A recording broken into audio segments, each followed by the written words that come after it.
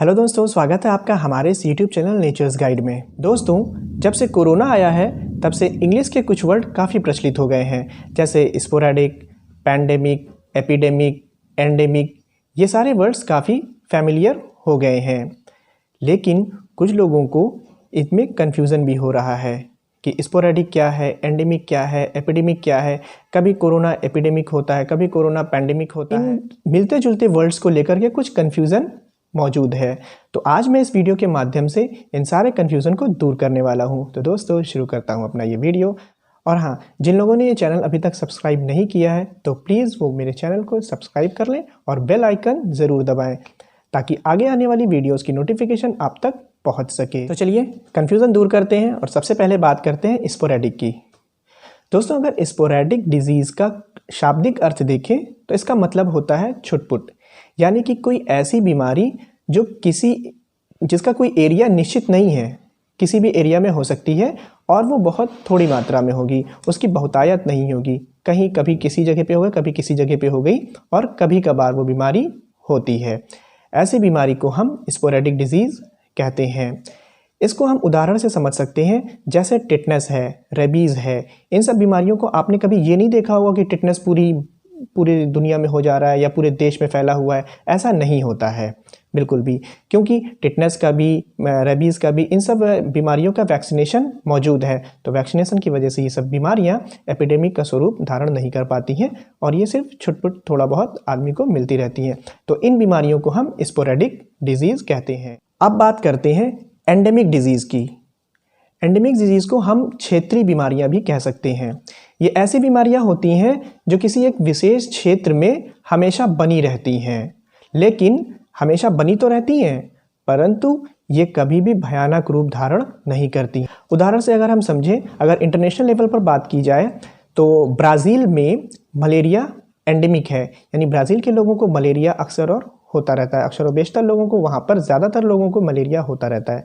इस तरीके से अगर हम बात करें अफ्रीका की, तो अफ्रीका में भी कुछ क्षेत्र हैं वहाँ पर ये बीमारी मलेरिया होती रहती है। अगर हम नेशनल लेवल पर इंडिया की बात करें तो उत्तर प्रदेश राज्य के प्रयागराज जिले में शंकरगढ़ नामक एरिया में मलेरिया नामक बीमारी एंडेमिक है। वहाँ पर भी मलेरिया के बहुत सारे पेशेंट मिलते हैं। तो ये हो गया एंडेमिक। अब बात करते हैं एपिडेमिक की, यानी एपिडेमिक क्या है। एपिडेमिक को अगर हम हिंदी के शाब्दिक अर्थ में इसको समझें हिंदी में, तो इसे हम देशव्यापी बीमारी कह सकते हैं। आज के समय में अगर हम समझाएं आपको, तो आप इसको ब्लैक फंगस से अगर समझिए, तो ब्लैक फंगस एक ऐसी बीमारी है जो देश के अलग अलग राज्यों में फैली हुई है। जैसे बिहार में भी है, उत्तर प्रदेश में भी है, उत्तराखंड में भी है, दिल्ली में भी है, चंडीगढ़ में भी है, राजस्थान में भी है और महाराष्ट्र में भी है। ऐसे देखा जाए तो काफ़ी सारे राज्यों में ये बीमारियां फैली हुई हैं। तो यानी देश के अलग अलग राज्यों में ये है, तो इसको हम देशव्यापी बीमारी या फिर एपिडेमिक डिजीज़ कहते हैं। इस एपिडेमिक बीमारी की एक ख़ास बात ये होती है कि ये एक बड़े क्षेत्र में फैलती है, यानी इसका क्षेत्र काफ़ी बड़ा होता है, क्योंकि ये जैसा आप देख रहे हैं पूरे देश में फैलती है और बहुत तेज़ी से फैलती है। यानी कि एक बड़े क्षेत्र में और तेज़ी से फैलना इस बीमारी का एक महत्वपूर्ण अंग है। तो दोस्तों, ब्लैक फंगस को हम एक एपिडेमिक बीमारी कह सकते हैं। अब बात करते हैं पैंडेमिक की। इसे विश्वव्यापी बीमारी भी कहते हैं, यानी ये पूरे विश्व में फैल जाती है। आपको बता चुके हैं कि एपिडेमिक बीमारी एक बड़े क्षेत्र में, यानी पूरे देश में बहुत तेज़ी से फैलती है। यदि यह एपिडेमिक बीमारी दूसरे देशों में भी फैलने लगे, यानी कई सारे देश इसकी चपेट में एक साथ आने लगे, तब इसे पैंडेमिक या ग्लोबल पैंडेमिक कहते हैं। दोस्तों, इसको हम कोरोना के उदाहरण से समझ सकते हैं। कोरोना की शुरुआत चाइना से हुई। चाइना में ये फैलने के साथ साथ दूसरे देशों में भी फैलने लगा। इंडिया में हो गया, बांग्लादेश में हो गया और दूसरे देशों में, अफ्रीका में हो गया, आपके अमेरिका में हो गया, यूनाइटेड किंगडम में हो गया। मतलब हर जगह इस कोरोना ने अपना इन्फेक्शन फैला दिया। यानी पहले तो ये सिर्फ चाइना में था, चाइना से दूसरे शहर में भी, दूसरे देशों में भी हो गया।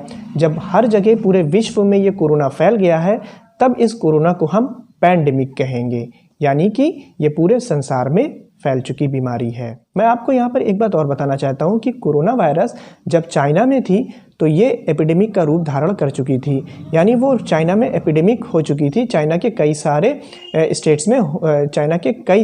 स्टेट्स में वो हो रही थी बीमारियाँ, लेकिन धीरे धीरे और भी देशों में होने लगी। तो 11 मार्च सन 2020 में WHO यानी वर्ल्ड हेल्थ ऑर्गेनाइजेशन ने कोरोना वायरस को पैंडेमिक घोषित कर दिया। उसके बाद से ये कोरोना वायरस पैंडेमिक बीमारी हो गई। तो दोस्तों, मैं समझता हूँ कि इन सारे टर्म्स के बारे में आपको ये सारी चीज़ें क्लियर हो गई होंगी कि स्पोरेडिक क्या है, जो सिर्फ छुटपुट घटनाएं हो, कभी कभार हो जाए। एंडेमिक क्या है, जो किसी एक क्षेत्र विशेष में हो लेकिन फैले ना, कभी भयानक रूप ना ले। एपिडेमिक क्या है, बहुत तेज़ी से फैलता है और एक क्षेत्र विशेष में होता है, यानी देशव्यापी, अगर देश में पूरे फैल रहा है जैसे ब्लैक फंगस। और पैंडेमिक क्या है, जो एक देश से दूसरे देश और कई देश उसकी चपेट में एक साथ आ जाएं और बहुत तेज़ी से इसका इन्फेक्शन फैलता है, तब हम इसे पैंडेमिक कहेंगे। मैं आशा करता हूँ आपको इस वीडियो के माध्यम से इन टर्म्स के कन्फ्यूज़न दूर हो गए होंगे। तो दोस्तों, इस वीडियो को ज़्यादा से ज़्यादा लोगों तक शेयर करें ताकि और लोगों का भी कन्फ्यूज़न दूर हो सके।